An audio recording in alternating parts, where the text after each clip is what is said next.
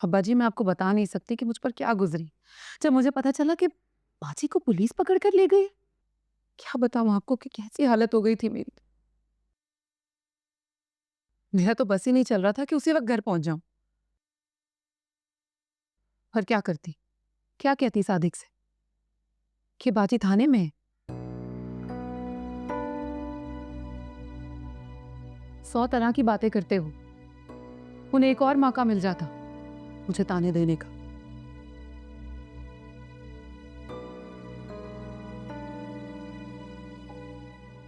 बस जैसे तैसे रात गुजारी मैंने।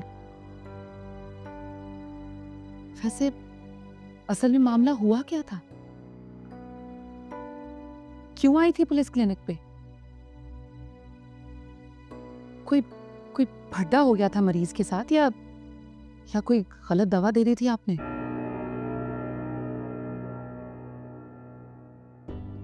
नसीम, मैंने आज तक कभी किसी को गलत दवा दी है जो अब दे दूंगी?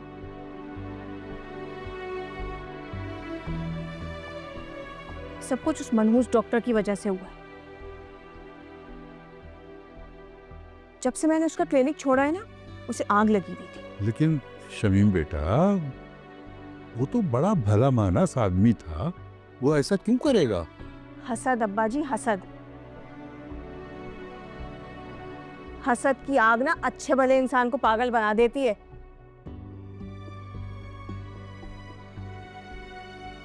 उसके क्लिनिक के सारे मरीज मेरे पास आने लगे थे। बस उससे यही बात बर्दाश्त नहीं हो रही थी, इसीलिए उसने मेरे खिलाफ रिपोर्ट दर्ज कराई ताकि मेरा नाम बदनाम हो और कोई मरीज मेरे क्लिनिक में ना आए दोबारा। तो बाजी, आपको कैसे पता कि ये शिकायत उसी ने दर्ज कराई थी? मतलब कोई और भी तो दुश्मन हो सकता है ना आपका। अरे और कौन मेरा दुश्मन हो सकता है?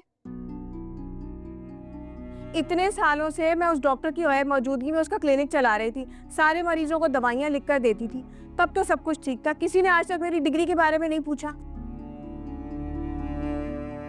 अब जबकि मेरा अपना काम चल पड़ा तो सबको अचानक मुझसे शिकायत होने लगी, सबको मेरी डिग्री और लाइसेंस याद आने लगे।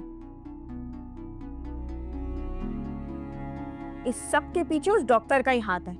आता जाता उसे कुछ है नहीं, एक कागज के टुकड़े पर इतराता फिरता है।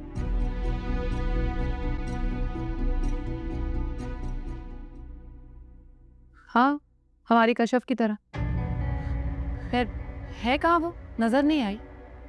अब ये मत कहिएगा कि इतनी बड़ी बात हो गई घर में और वो आज भी यूनिवर्सिटी पहुंच गई। नहीं बेटा, वो मैके गई है वो, लेकिन उसे इन तमाम मामलात के बारे में कुछ पता नहीं है। रहने दे अब्बा जी, आपके बेटे ने एक एक लफ्ज नशर कर दिया होगा अपनी बीवी के आगे। हाँ, वो बात अलग है कि उसे कोई फर्क नहीं पड़ता, चाहे बाजी अंदर है या बाहर, उसकी बला से। देखो, खामखा हर मामले में कशफ को घसीटना मुनासिब नहीं है नसीम। उसका इस मामले से कोई लेना देना नहीं है। लेना देना तो है अब्बा जी। कशफ को भी ना मेरा इस तरह क्लिनिक खोलना पसंद नहीं था, उसे भी बहुत एतराज था।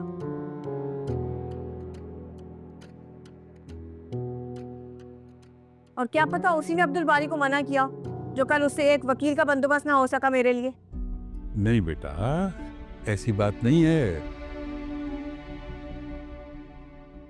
अब्दुल बारी ने बहुत से लोगों को कांटेक्ट करने की कोशिश की थी। मेरे सामने उसने बहुत सा फोन किए। अब्बा जी, उसने ये सब कुछ आपको दिखाने के लिए किया होगा, वरना अगर वो चाहता ना तो वो फौरन मुझे वहां से निकलवा सकता था। क्या करना था उसे? उसे सिर्फ एक कॉल करनी थी चचा जान को और मेरी खड़े खड़े जमानत हो जाती।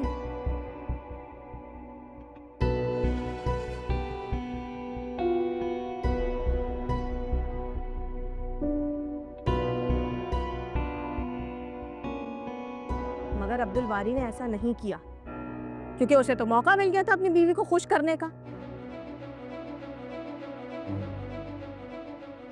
बस अब्बा जी, अब बहुत हो गया है। मुझसे अब उनकी हरकतें बर्दाश्त नहीं होती। आप अब इन दोनों को चलता करें इस घर से।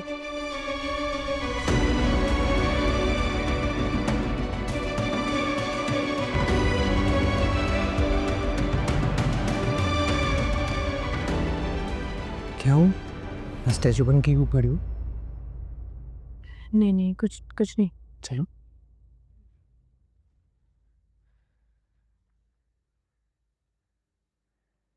अस्सलाम वालेकुम तायबू। अस्सलाम वालेकुम।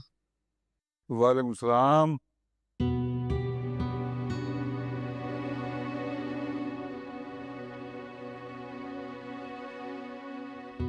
चलो।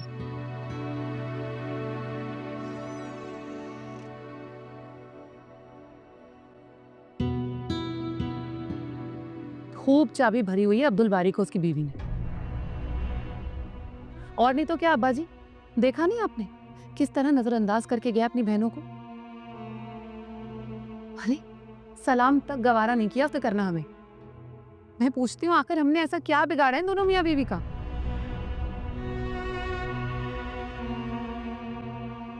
वो हम बहनों की शक्ल तक देखने का गवारा नहीं है, तुम सलाम की बात कर रही हो। इसीलिए मैं कह रही हूँ अब्बा जी कि इन दोनों को इस घर से चलता करें, इससे पहले कि मजीद कोई तमाशे हों।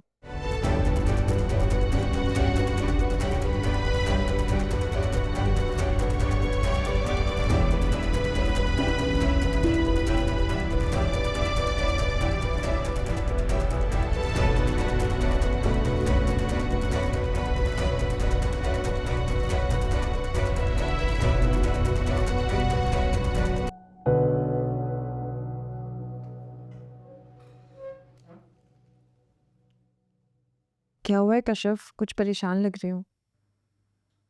नहीं, कोई परेशानी की बात नहीं है, क्यों क्या हुआ? तो फिर ये सब इतना जिद करके बनवाया, खाया ही नहीं, ऐसे ही पड़ा हुआ है सब। आई एम सॉरी, मैं कुछ सोचना शुरू हो गई थी।